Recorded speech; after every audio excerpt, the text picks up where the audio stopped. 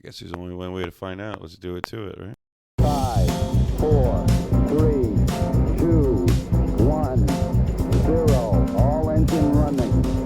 Liftoff. We have a liftoff.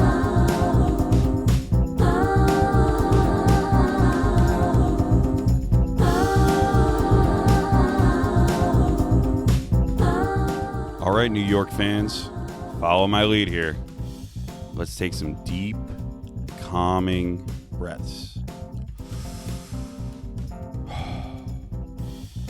Everything's going to be okay. At least we hope so. The Mets are spiraling fast, and the Yankees survived, but they couldn't hit water if they fell out of a boat right now. Oh, and the Knicks are still coachless, too. Durant's playing a choose-your-own-adventure game, and we've got some NBA and NFL rookies speeding their way into the headlines. But hey, look, listen. This week, it ain't all doom and gloom, huh? Florida's turning into a hockey state? Go figure, in a town called Sunshine. Caitlin Clark, yes, some WNBA, is getting smacked around and still continues to disrespect her opponents. All while LeBron is trying to rewrite ring history, but not how you're thinking. Oh, and lest we forget, the Red Sox continuing to trade away yet another Yankee killer for a bag of baseballs. So much to cover this week. The chaos is here, the takes are ready, and this mic is scorching hot.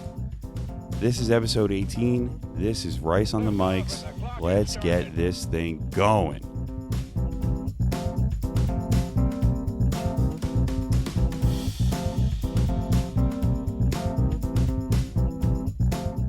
Tranquility Base here. The Eagle has landed.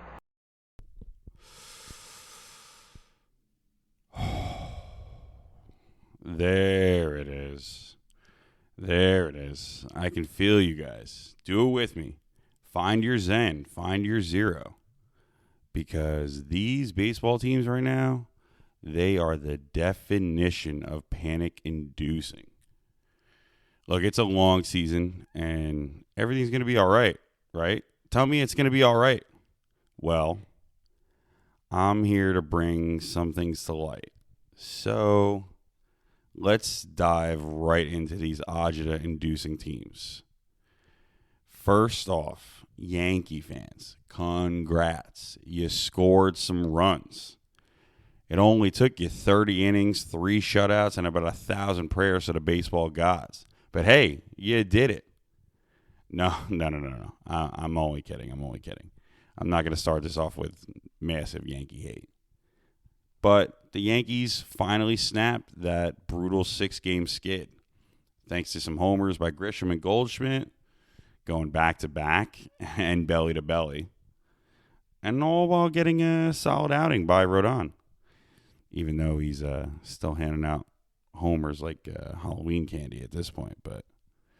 And look, there were definitely some moments in that start of, oh no, here comes the implosion. But he got the job done, and the bats came through for him. But if we're being honest with ourselves, Yankee fans, you know damn well that guy scares the shit out of you every time he makes a start, because you could either get 7 innings scoreless or 3 1/3 and 4 home runs. But the real problem has reared its head. You scored 7 runs, great. But it really illuminated the fact that we all know already that this offense lives and dies at the hands, or the bat, I should say, of Aaron Judge. And over these past 8 games or so, Judge has gone cold. He's gone 2 for 19. And in Boone's words, he's expanding his strike zone, which Judge should know better by now to not do that. He's striking out every 5 minutes by doing that. He went from flirting with 400 on the season to now he's hitting like 366, I think. Look, is it panic time for Yankee fans? I don't know. But according to you guys, it might be. Every week, every Wednesday, I put out a poll of all the topics I'm going to cover here, and the slider poll that I put out on the store this week, which, by the way, if you're listening, you should definitely participate in, had over 40 votes, and it was about 75% yes, it's panic time for Yankees offense. Listen, I love Judge, and I can appreciate his game.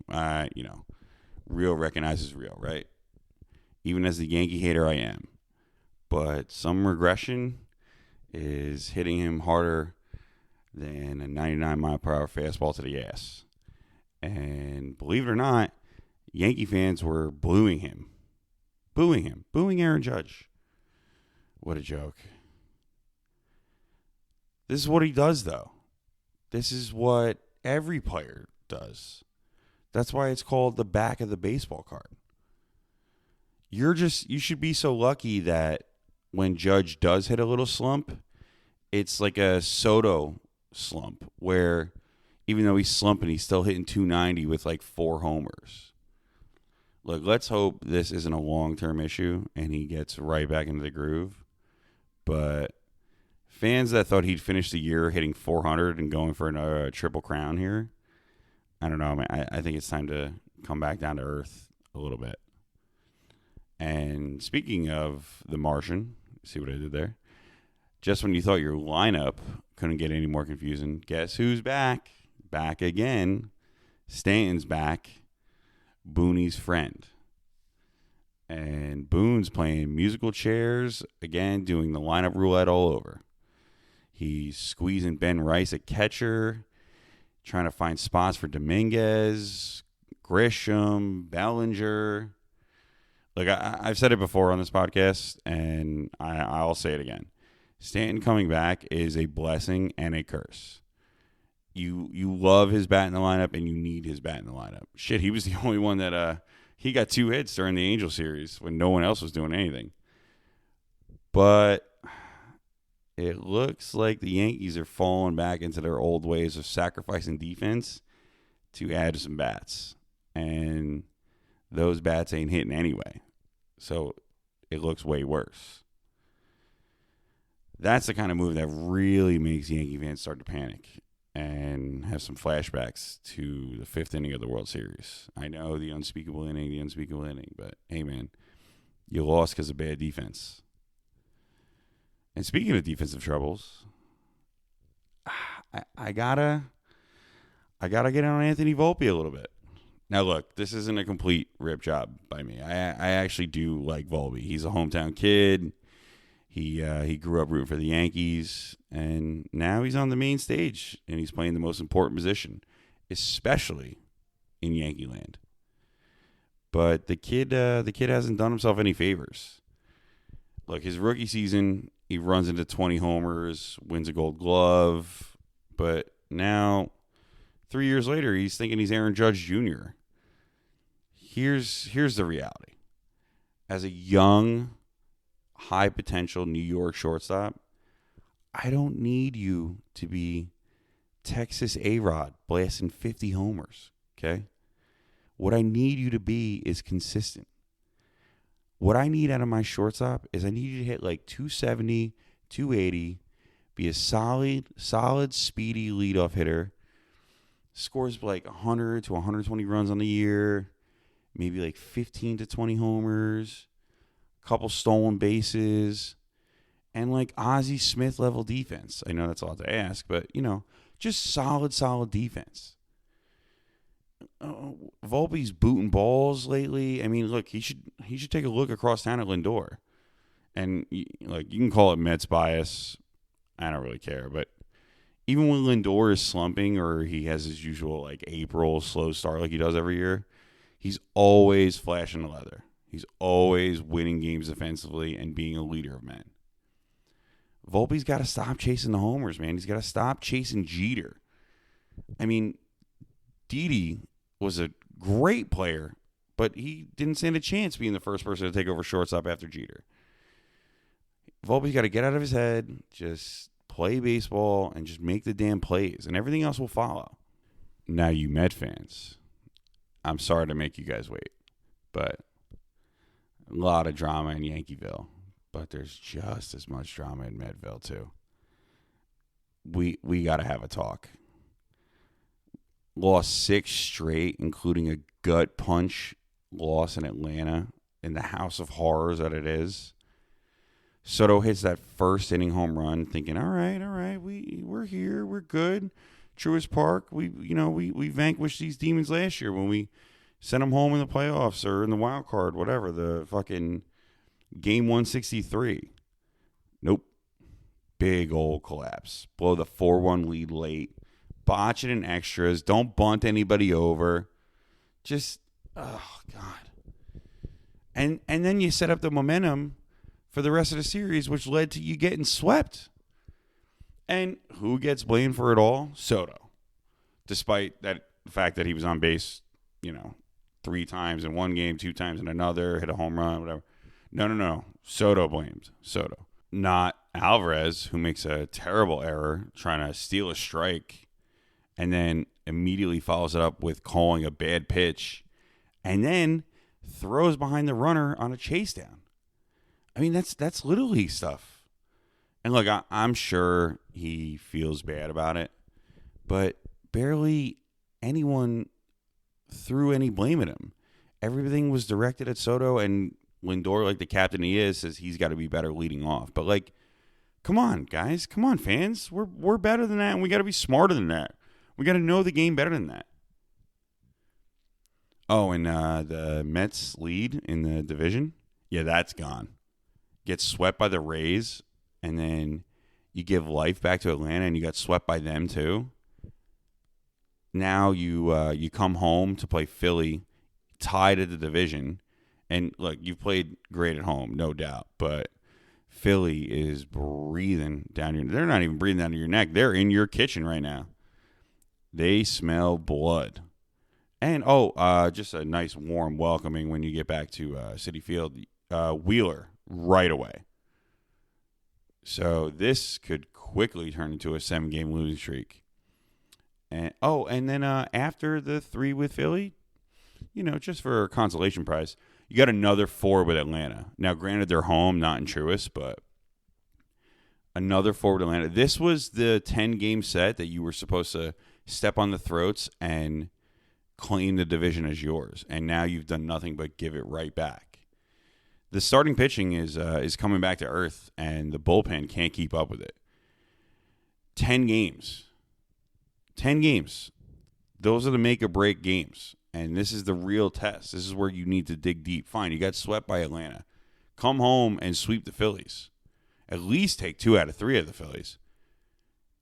You're not beating up Washington or Pittsburgh or the Rockies. I mean, it's time to show that you're the team with that killer instinct that we've been waiting to see, that we've been dying to see. It's all fun and games, but now is the time you gotta kick some ass. And let me just stay with the Mets here for a moment. With time moving ever so quickly as it does, and the All-Star break and trade deadline rapidly approaching, I said it on this podcast once before, and I got a lot of hate for it, but I got a good spicy take for you. Francisco Alvarez, slumping at the plate, but he's got potential for days. You got Terrence and Sanger in AAA, who played well, by the way, while Alvarez was hurt, which is another knock on his record. I hate to say it, but Alvarez has massive trade value, especially for some teams that might need a catcher or are unsure about their minor league catchers. So if teams call, I think you at least have to listen. But here's the kicker with all that. How far are you willing to go to appease your star player? Look, it was a different regime, and it was a different time for the Mets. But a couple years into Lindor's tenure here, when he was kind of struggling and trying to find his way, he basically went to the front office and told them to get Javi Baez from the Cubs. And guess who was in that trade? Pete Crow Armstrong. So, to appease the player that you gave a 12-year contract to, you traded a star center fielder that you weren't sure what he might turn out to, but you look at him now, that fucking hurts. Francisco Alvarez and Juan Soto are very good friends. And if you were to trade Alvarez, I don't know, would it put a big hitch in Soto's ego or his confidence? Because he seems to have finally found it again now with the Mets. And the last thing you want to do is wreck this team's mojo by, Soto being upset or Alvarez being gone. Like, we don't know how he is in the clubhouse, but I don't know, man. If the offer is good enough and it helps the team get closer to winning a ring, I'm sorry, nothing is off the table. This year is the year for the Mets to make that big Yoenis Cespedes style swing at the trade deadline. I mean, when they traded for Cespedes, they gave him Michael Fulmer. And Michael Fulmer went on to Detroit to throw a no-hitter and almost damn near win a Cy Young. But Cespedes got them to the World Series. So this is the year, man. The team is just on the brink. You gotta make the move. And if that includes Francisco Alvarez, then sorry, man. I wish you the best. Best of luck on your future endeavors, in the words of Vince McMahon. But anything is on the table.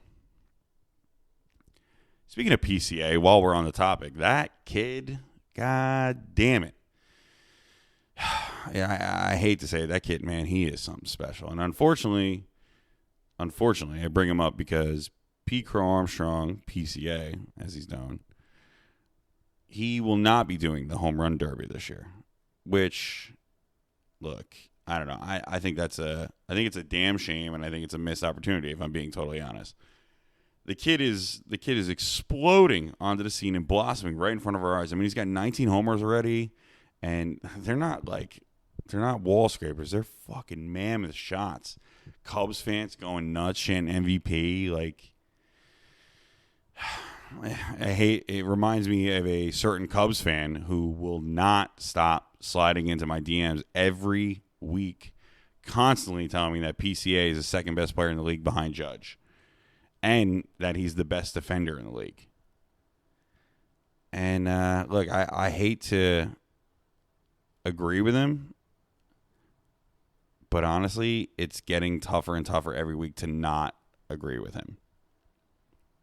But PCA says no to the Derby. Maybe when he's older, was his quote. He'll do it when he's older. That's stupid, man. Honestly, you know what he should do? He being drafted by the Mets, former Met, he should take a page out of Pete's book. Excuse me. Pete Alonso, when he was still like on his bullshit arbitration contract, he went and won the home run derby twice, and I think he like doubled his salary for because you get like $1 million or $1.5 million or something when you win it.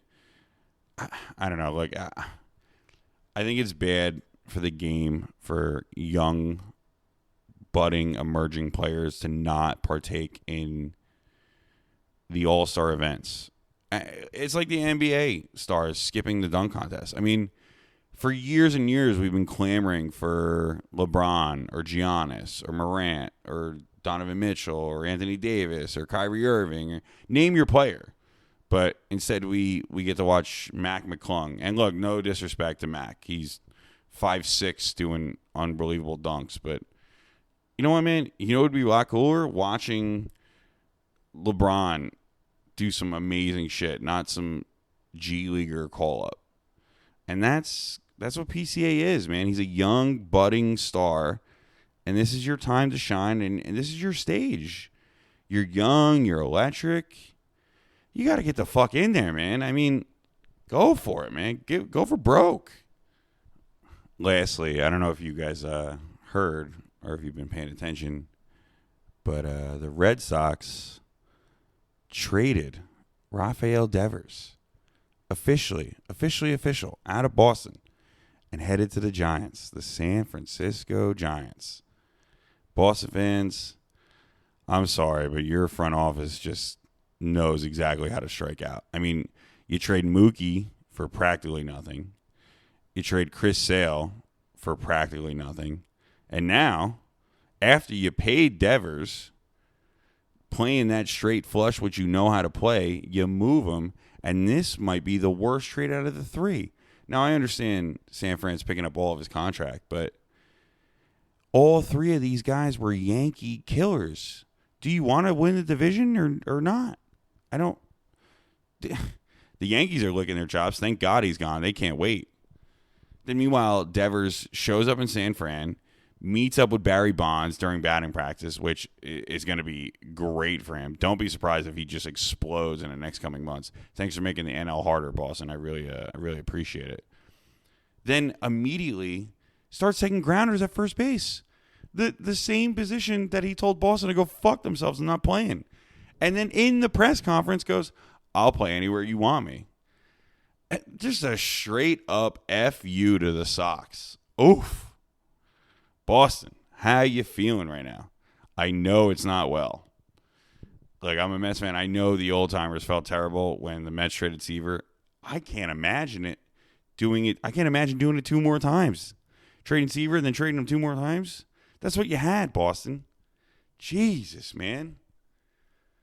Oh, you better hope they don't fully sell, because I know the Mets are knocking on the door with Jared Duran. And I got some players for you, but Boston loves Duran. So, All right, look.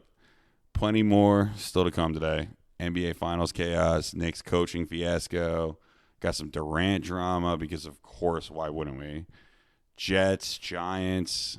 Some thoughts on C.J. Mosley riding off into the sunset. But first, let's take a quick breath, reset, and we'll keep rolling. Stick around.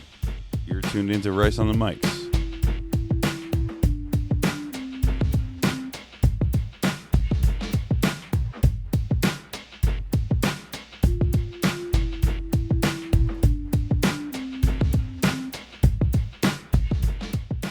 Well, all right. As much as every Knicks fan around wants Indiana to go home empty-handed, they just refuse to die. Oklahoma City rolled into Indy with the trophies half polished, the parade buses warmed up, champagne ready for the poppin', and the Pacers said, hold up, hold my beer, we ain't done yet. Pacers take Game 6 to the tune of 108-91. Obi Toppin with 20 off the bench. Siakam with a 16-13 line and a beautiful finger roll and one that if you didn't see live, don't worry, you'll be seeing it on ESPN on loop. And Hallie, playing on one leg, still drops 14. Not to mention the Great White Hope and perpetual thorn in the Knicks side, TJ McConnell, Energizer Bunny himself, drops a 12, 9, and 6 line. And he controlled the pace beautifully while Hallie was out. Jesus. I mean, the Pacers started slow. And you thought OKC was going to run away with it. They were down 10-2 early.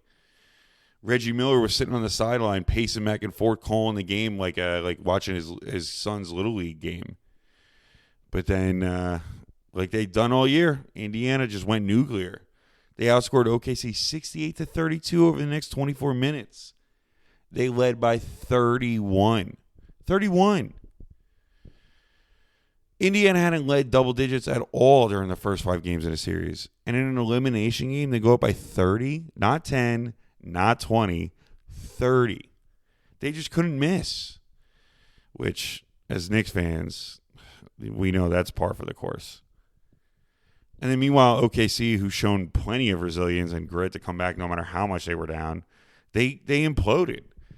SGA drops, which for him is pedestrian, 21, which is insane to say. And Jalen Williams, hero of Game 5, he goes quiet with 16. Mark Daigneault, post-game, said it bluntly. They outplayed us, period. End of story.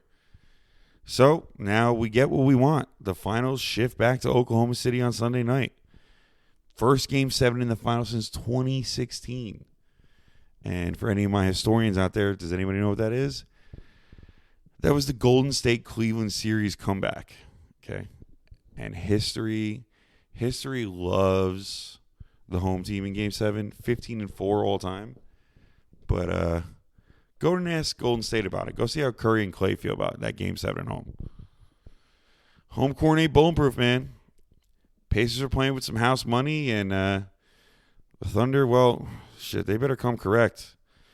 If you want to have some hardware in the trophy case, season legacy comes down to one game. One game. All right, now let's pivot on to our lovely New York Knickerbockers. Still head coachless, still aimless, trying to talk systems with players when they don't even know what the coach is going to be running in the first place.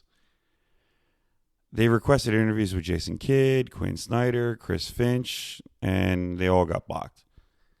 You know what the real salt wound is? Ime Udoka. A guy I personally wanted running this Knicks squad. I thought he would have been great.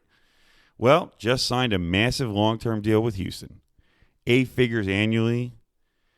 My brother last week, if you listen, is exactly what he said. He said, if a team blocks you from interviewing, the coach has to demand immediate job security. And that's what Udoka did.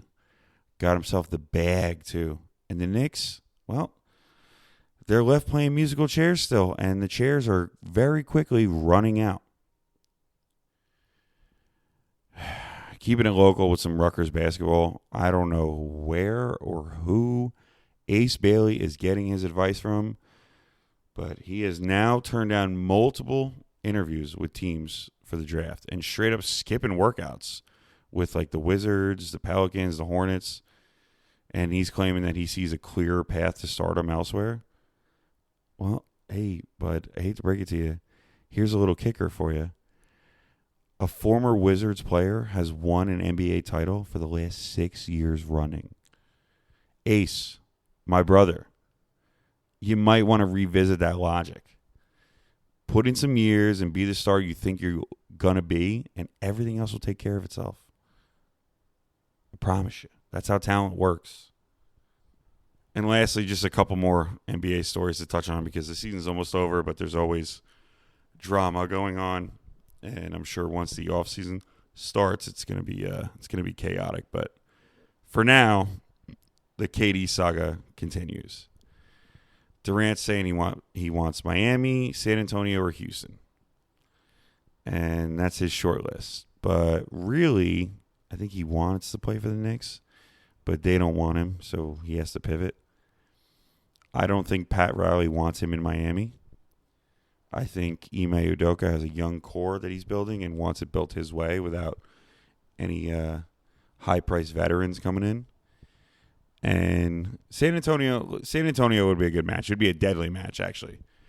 But I don't think they have the space or the cap room for him. So as far as for the Suns front office, I don't know. I think they're going to try and do right by KD, but also, I could see them just not caring at all and getting the best offer possible, saying it is what it is and tough titty. So Durant sitting at home waiting for the phone to buzz and trying to control his destiny, but I really think the Suns are saying, sorry, bud, you don't get to call the shots. Irony is thick like that, man, and considering KD was blindsided by Phoenix even potentially shopping him in the first place at the deadline this year, But the price being too high, now that both sides know what's what, it's game on. And I think Phoenix is going to get every last penny they can. So, KD, I hate to break it to you, as a 37-year-old superstar looking for an extension from whatever team you're going to end up to, it's time to maybe face the facts and see the reality. Speaking of irony, by the way, how about the king himself, LeBron James, this week complaining on his podcast about ring culture and championships defining greatness. Bron said, quote, it's weird, unfair, and a ring is a team accomplishment. Now, yeah, sure, that might be true. But LeBron, my guy, you built this castle.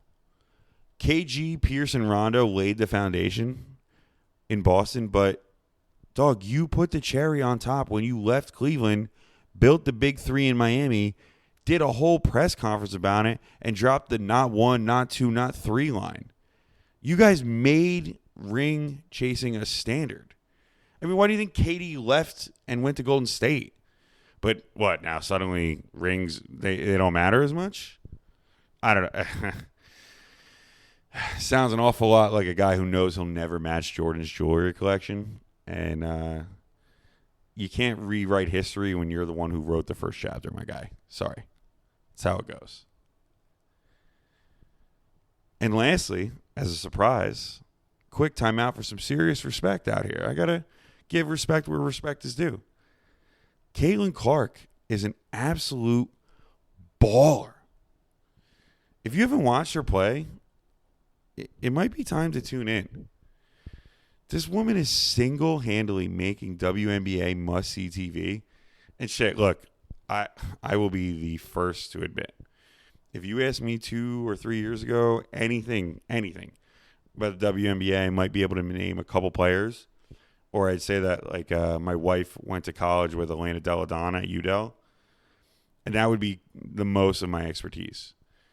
But I'll tell you what, the draft class these past couple years, they've shown some solid hoopers. And Clark is leading that pack.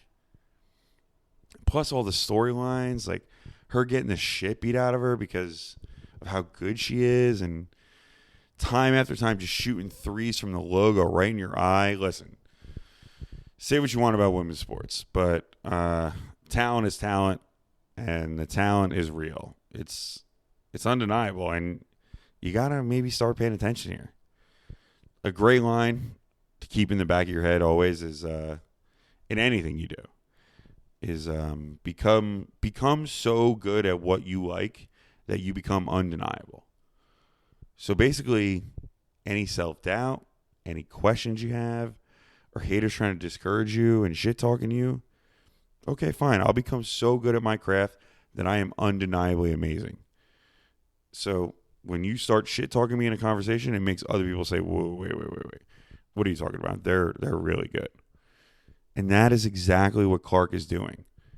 All the old vets shit on her way in to the big leagues, saying this is the big league now, this is in college, we'll see how she does against some grown women.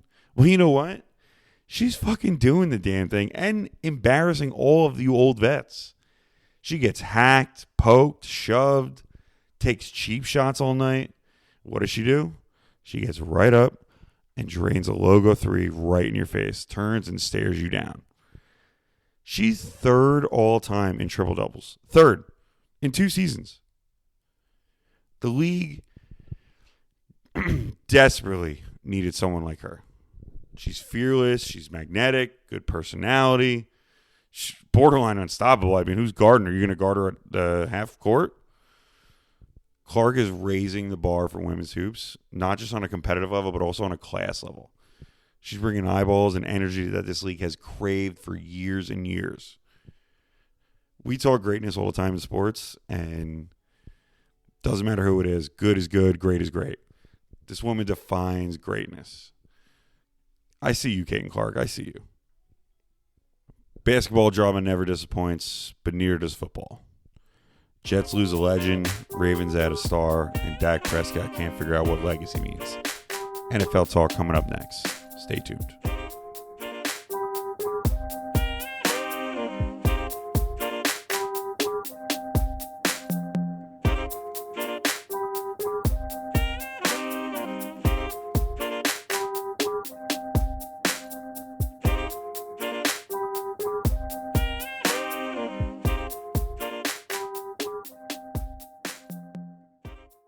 From the hardwood to the hash marks, time to check in on the league that never sleeps, where June optimism is undefeated and quarterbacks say things that make you double check their job title.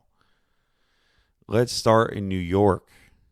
Jets linebacker C.J. Mosley officially called it a career, dropping his retirement video on his 33rd birthday, and honestly, he's got a legacy worth celebrating. 5-time Pro Bowler, leader, enforcer, and just the guy you want to build your defense around.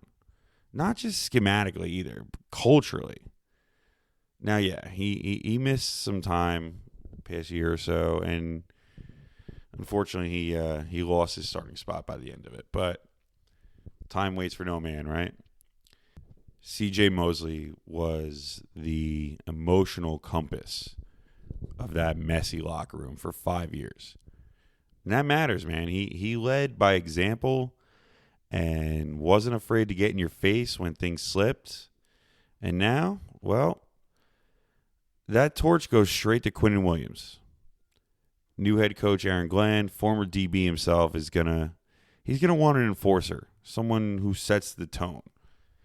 And I fully expect Big Q to step into that role and own it big time too. Part of a leader isn't just, taking the heat in post-game pressers. It's holding your guys accountable behind the scenes, having those uncomfortable conversations that need to be had, keeping the standards high and holding guys accountable. And this is Quinnen's defense now. So let's see how he does. And as a Jets fan, for the first time in a long time, they might actually have the right people in place, top to bottom, to make things matter the most. I'm excited for Jets season this year, man. I know a lot of people aren't, but I really am. Elsewhere in the AFC, the Ravens just got richer. They inked former Packers cornerback Jair Alexander to a 1-year deal worth up to $6 million, which is like nothing. This is what good teams do, man. They add talent for the price of nothing. Now, sure, I get it.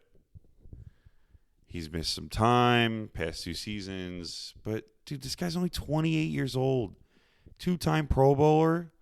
When he's healthy, he's one of the best pure cover corner safeties in football. It's not close. Now Baltimore pairs him with Marlon Humphrey and Nate Wiggins. Super flexible, experience, flat-out speed across the secondary. Even if Alexander's 85% of what he was, I mean, this is a steal. And then, you play good defense, and now they got Lamar Jackson and Derrick Henry back there to just kill the clock and do whatever the hell they want. They are absolutely dying to take Buffalo out. And it's no easy task. But these AFC games in the playoffs have been great to watch. Adding a guy like Jair Alexander is another step for them to jump that hurdle. Now, how about them Cowboys?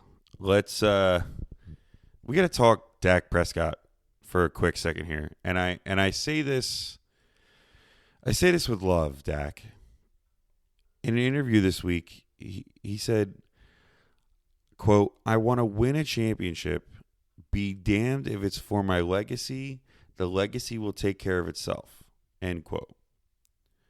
Sir, what? What are you talking about? Since when is a Super Bowl ring not part of your legacy? That's literally the whole point of your legacy. A ring is the cornerstone of your legacy. It's the resume itself. It's the bust and can. It's the difference between great regular season guy and immortal winning a ring. I mean, what are we talking about, Dak? Maybe he got crossed up. Maybe I'm just being too harsh on him, but I don't know. Dak says it's for his team, his personal being, his sanity. Okay, but let's not pretend that the hardware doesn't define the moment, my guy. Especially in Dallas. One of the most scrutinized franchises in football. You win in Dallas, it's like winning New York. This is not me knocking Dak's game, by the way. I think when he is healthy and he is good and he has the right guys around him, I think he is totally capable of making a push to win a ring.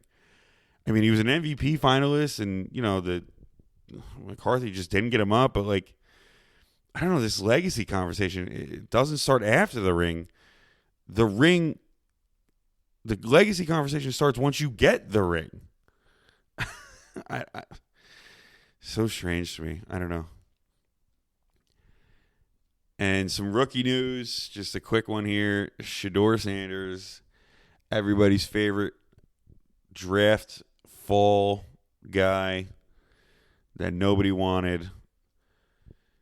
Well, maybe he was just being a kid or whatever, but got pulled over this week doing 101 and a 60 at 12:30 in the morning. Look, I don't know. It could just be a dumb mistake. We're all young. We've all been there, but you also have to wonder, is this kind of maybe the reason why he slid a little bit? I mean, round 1 to 5, maybe not, but I don't know, man. These scouts, these coaches, they see shit that a lot of us think we see, but we don't see. So we'll see. listen, there's no need to overreact, but that's definitely not how you want to start camp, especially in Cleveland, where QB stability is, a paper straw. That'll do it on the gridiron front. We got some retirements. We got rookie speed demons. Ravens just casually stacking another weapon like it's nothing. But, hey, man, that wraps up football this week. There will be plenty more football to come. So, until then, we'll just have to wait it out.